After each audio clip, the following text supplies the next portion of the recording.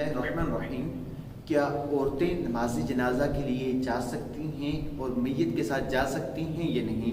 देखें कि औरतों का मैयत के साथ नमाज जनाजा के लिए जाना नाजायज़ व गुनाह है, क्योंकि हुज़ूर अलैहिस्सलाम ने मैयत के साथ जो है औरतों का जाना जनाजे के साथ जो है इसको मना फरमाया है। और हुज़ूर अलैहिस्सलाम ने फरमाया कि जो औरत जनाजे के साथ जाए वो सवाब से खाली और गुनाहों से भरी हुई है। और इब्न माजा में है कि हज़रत अली मुर्तज़ा शेख खुदा करमल्लाहु वजहल करीम इस हदीस पाक के रावी हैं कि आप फरमाते हैं कि हुज़ूर अलैहिस्सलाम बाहर तशरीफ़ लाए तो कुछ ख़वातीन जो है जनाजे के लिए बैठी हुई थी।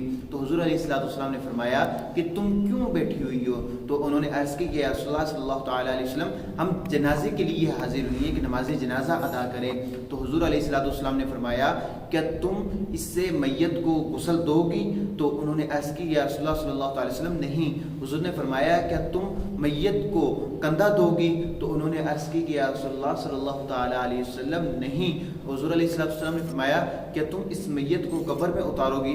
तो उन्होंने अर्ज़ की कि या रसूलल्लाह सल्लल्लाहु अलैहि वसल्लम नहीं।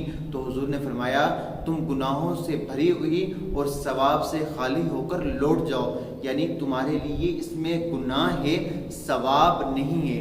तो इससे पता ये चला कि जो ख़वातीन हैं वो जनाजे के साथ भी नहीं जा सकती और नमाज जनाजा भी नहीं पढ़ सकती।